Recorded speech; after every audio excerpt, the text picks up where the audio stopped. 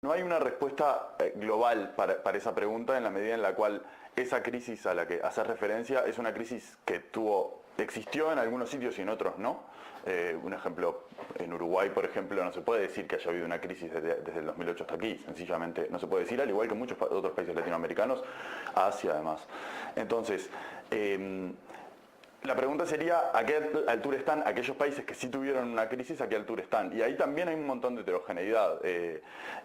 Mientras Estados Unidos parecería estar saliendo de la situación tanto en términos de desempleo como en términos de crecimiento y eso, en Europa la situación es mucho más complicada, hay países que han progresado bastante y hay países que siguen metidos esencialmente en los mismos problemas que aparecieron en 2008 con una crisis sorprendentemente larga. Estamos hablando de España, de Grecia. Sí, algunos de los países del sur de Europa, pero incluso dentro de esos países la situación es distinta entre países. Entonces, a veces se habla de crisis global como una etiqueta, y como una etiqueta es una etiqueta útil, pero esa etiqueta esconde un montón de variedad de cosas, de distintas trayectorias que siguen los países. Y a la hora de dar salida a esa situación, ¿las recetas son uniformes, son válidas? Precisamente, en la medida en la cual las situaciones son distintas, las recetas también deberían serlo. Es muy difícil establecer la misma receta para dos situaciones que no se parecen en nada, o para dos países que no se parecen en nada. Grecia, un país relativamente pequeño de Europa, con una importancia marginal en la economía global, o Estados Unidos, son economías muy distintas, con capacidades muy distintas, con problemas distintos, que van a necesitar recetas distintas casi con total seguridad, ¿no? En esa realidad europea, ¿cuál es la situación concreta de España hoy? Bueno, España lleva una crisis que podríamos decir que ha sido una crisis de 8 años, con dos recesiones técnicas, digamos, en ese periodo, pero en realidad podemos hablar de una crisis larga de 8 años, que es una crisis sorprendentemente larga. Si pensamos que en Uruguay, como mucho, hablaríamos de una crisis de 4 años, con en realidad una fase aguda de 2 años nada más, ¿no? Niveles muy altos de desempleo, niveles muy altos de desempleo juvenil, que ahora están empezando a bajar, pero a un ritmo terriblemente lento, que llevaría muchos, muchos años volver a una situación que se parezca a la normalidad. Y entonces con una situación de muy pocas oportunidades, con problemas sociales acuciantes, de alguna manera sostenidos o contenidos por el Estado social español, que al igual que el modelo europeo, de alguna manera la historia de la crisis española es una historia del éxito de eso. Una crisis de 8 años donde la situación social no es de una calamidad comparable con la que, por ejemplo, se vivió en Uruguay, ¿no? Porque lo asiste, el resto de los europeos lo asisten. No, bueno, quizás eso también, pero sobre todo porque la propia economía española tiene mecanismos implantados que permitieron contener un poco el golpe en lo social. Obviamente hay consecuencias dramáticas de todas maneras, pero tanto seguro de desempleo como distintas políticas sociales de asistencia que tiene el Estado español han hecho una cosa que parecería que en una economía latinoamericana sería muy sorprendente. En una crisis de 7 años en una economía latinoamericana la situación sería dramática, verdaderamente dramática. Sería una catástrofe humanitaria, digamos. Era una sociedad que tenía reservas. Tenía reservas y que sigue siendo una sociedad muy rica, desde el punto de vista, comparativamente. Entonces, esa disponibilidad de recursos se le permite hacer cosas que ni siquiera en el Uruguay de hoy, digamos un Uruguay relativamente en una mejor posición con respecto a la historia reciente, ni siquiera se podrían hacer. Le da una serie de ventajas para contener el cimbronazo que están ahí. Con esto no quiero decir como que no esté pasando nada socialmente en España, pero se puede buscar en esa reactivación también una mejor orientación política. Bueno, la crisis trajo consigo básicamente se vio en los gobiernos europeos en particular como la crisis iba sacando gobiernos del poder. Caso de Sarkozy, caso del gobierno de Gordon Brown en Inglaterra, caso del gobierno del Partido Socialista en España. Entonces la crisis va generando cambios políticos.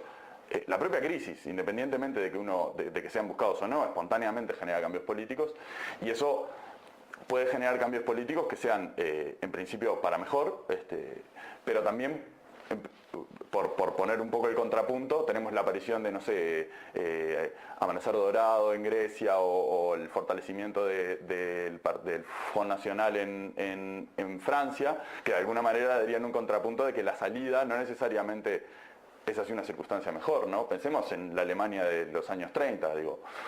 En España parecería que la reactivación también es política o la renovación también es política, porque aparecen allí grupos como Podemos o algunos otros como alternativas Sí, a los viejos partidos. sin duda. En España se dio que al impactar la crisis, eso básicamente quitó del gobierno al Partido Socialista y le hizo un daño político tremendo. Luego se cambió el Partido Popular, que nuevamente enfrentando la crisis, una crisis muy prolongada, tuvo los mismos problemas políticos y va a tener una penalización electoral muy grande, y eso generó un espacio que, digamos, la primera fuerza política que ocupó ese espacio y que verdaderamente tiene chances, si no quizás de gobernar, pero sobre todo incluso de ganar las elecciones, de ser el partido más votado, es el caso de Podemos, que era un partido que hace 2 años no existía. Y eso habla un poco de cómo la crisis genera cambios a nivel político, ¿no? Las elecciones se acercan. ¿Qué es lo que se percibe? ¿Que puede haber un cambio político? Sí, sin duda se percibe que puede haber un cambio político, lo que pasa es que es muy difícil a día de hoy, y mirando un poco las encuestas y la opinión pública, ¿qué va a pasar en ese cambio político? Lo que se va a dar, parecería ser, es que va a haber una disgregación del voto, es decir, en España había 2 partidos que típicamente eran primero y segundo y tenían una gran cantidad de votos, que eran el Partido Popular y el Partido Socialista, que de alguna manera se alternaban en el poder. Esa situación no va a permanecer, va a haber muchos partidos y entonces, en la medida en la cual es un régimen parlamentario que elige al presidente, un poco como se elegiría al primer ministro en otros países, depende mucho de la política de alianzas. Y como son fuerzas nuevas, son impredecibles en términos de qué políticas de alianzas van a trazar. Obviamente se puede anticipar un poco, pero no se sabe porque no hay una historia de esas fuerzas políticas trazando alianzas porque no existían. Allí, además de la crisis económica, hay otro factor que gravita mucho, la corrupción. Sí. ¿Eso juega a la hora de las elecciones? Sí, eso ha sido, creo que lo que más ha deteriorado políticamente, por lo menos al Partido Popular, que es el partido que gobierna hoy España. No solo, pero en particular el Partido Popular ha generado que muchos de sus votantes típicamente, votantes ideológicamente de derechas, podríamos decir, verdaderamente van a tener una dificultad a la hora de votar al Partido Popular, porque dado la recurrencia de escándalos de corrupción, con escándalos de corrupción casi apareciendo semanalmente, a veces diariamente, distintos escándalos de corrupción, o sea, con figuras políticas importantes, eso ayudó a generar este espacio político, a que los partidos, que podríamos decir tradicionales, aunque en realidad tienen 30 años nada más, pero a que esos partidos tradicionales sufran una penalización por parte de los votantes sorprendente, sobre todo teniendo en cuenta la historia política reciente de España, ¿no? ¿En qué medida todo eso de España también se ha concretado previamente en Grecia? Porque allí había un cambio político, la búsqueda de otra orientación económica. Sí, en el caso de Grecia, creo que la crisis fue mucho más dura por distintas cuestiones que vienen un poco de antes de la crisis quizás, pero la crisis en sus dimensiones sociales fue más dura. Grecia es un país más pobre, entonces tenía menos herramientas, tiene un desempleo parecido al de España, pero tiene menos herramientas para, tanto a nivel de la propia estructura social, de las familias, para ayudarse mutuamente, como del propio Estado, aparte de un agotamiento de los recursos estatales, y eso generó con más fuerza esa dinámica de sustitución política, primero con la casi desaparición del PASOK, con También un partido socialista, ¿no? Sí, también un partido socialista que se inmoló políticamente de alguna manera, con aquello de Papandreou, que propuso un referéndum, y después los países centrales de la Unión Europea le dijeron que no y tuvo que renunciar a una situación que es un suicidio político porque es una muestra clara de una entrega de soberanía de alguna manera, ¿no? Quiso plantear un referéndum, le dijeron que no y tuvo que decir que no.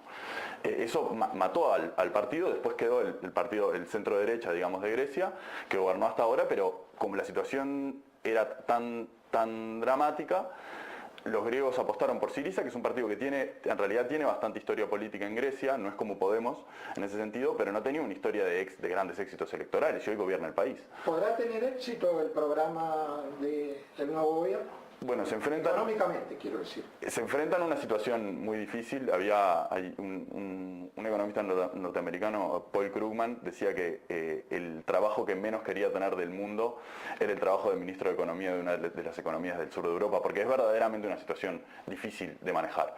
Y tienen un objetivo ambicioso, no ambicioso en términos de crecimiento, sino ambicioso en términos de superar obstáculos que son muy difíciles de superar en una posición negociadora muy débil.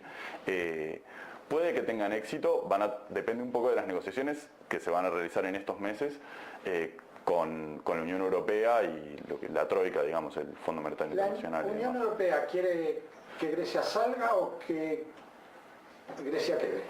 Si fuera una decisión, si no mediaran los problemas de deuda, claramente no hay un interés en el caso de la Unión Europea para que Grecia salga, porque en principio eso sería como un problema circunstancial, quizás no muy importante, pero sería un problema para la Unión Europea. Lo que pasa es que del lado de si Grecia queda o Grecia sale, del otro lado de esa pregunta están las negociaciones sobre deuda. Y entonces esas dos cosas se resuelven juntas. Y en ese fenómeno, en ese intercambio de crisis y de situaciones políticas, el fenómeno de la creación de ese Banco Mundial, del BRICS, como una nueva forma de agruparse economías emergentes en torno a un mecanismo financiero de contrabalancia de las formas tradicionales. Desde Europa, ¿cómo se ve, se percibe como una posibilidad, como una amenaza, como...? Mi sensación es que a día de hoy, al menos en el discurso público y conocido, no figura. De alguna manera se es consciente de que existe una suerte de alianza entre estos países, pero la aparición de ese banco de desarrollo, digamos, no aparece como un problema, al menos públicamente. Es conocido que, por ejemplo, en el caso de Estados Unidos, cuando en algún momento Japón planteó la creación de un banco de desarrollo para Asia, Estados Unidos sí que intervino para que eso no sucediera. Esto fue hace unos años, en los 90. Entonces, probablemente si esta nueva institución financiera empezara a jugar un rol activo, o tuviera posibilidades reales de empezar a jugar un rol activo un poco parecido al del Fondo Monetario como prestamista de último recurso y demás, quizás sí se vería públicamente una reacción por parte de los gobiernos europeos. Pero a día de hoy, en realidad, los gobiernos europeos están muy complicados con su propia problemática, entonces no están mirando mucho para afuera, o por lo menos esa es la impresión que tengo.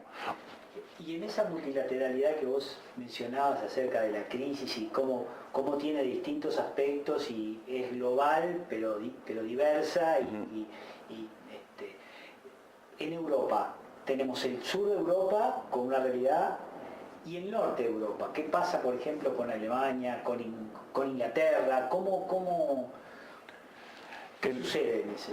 El norte de Europa con respecto al sur de Europa y sobre todo con respecto a Irlanda, España y Grecia y de alguna manera también, bueno, y Portugal y también de alguna manera Italia, han seguido trayectorias muy distintas, el norte y el sur de Europa. El norte de Europa le ha ido, podemos decir, a grosso modo le ha ido mejor. Igual hay una integración económica importante ahí, entonces creo que se es consciente, al menos por parte de los gobiernos del norte de Europa, y el gobierno de Alemania titubea, pero también es consciente de eso, y lo dice explícitamente, a veces, muy a veces, que hay una necesidad mutua, digamos, que romper la Unión Europea y pelearse porque seguimos trayectorias distintas y olvidarse del tema es una opción que en principio no parecería convenir a nadie. Pero han seguido trayectorias muy distintas y las situaciones de desempleo juvenil, de migración, incluso de problemática social con desahucios y demás, que se ha vivido en el sur de Europa, creo que en el norte de Europa ha sido mucho más marginal. En el caso de Inglaterra, por ejemplo, hubo un pico de desahucios, las familias endeudadas no podían cumplir con sus deudas y entonces los bancos ejecutaban la hipoteca. Pero fue un pico de desahucios que, si no recuerdo mal, fue entre el 2008 y el 2009 y en el 2010 había bajado nuevamente, mientras que en otros países continuó durante todo el proceso, ¿no? Europa tiene desde hace un año y medio, además un nuevo frente, una nueva complicación, que es las relaciones con Rusia. ¿Cómo se percibe eso en la economía?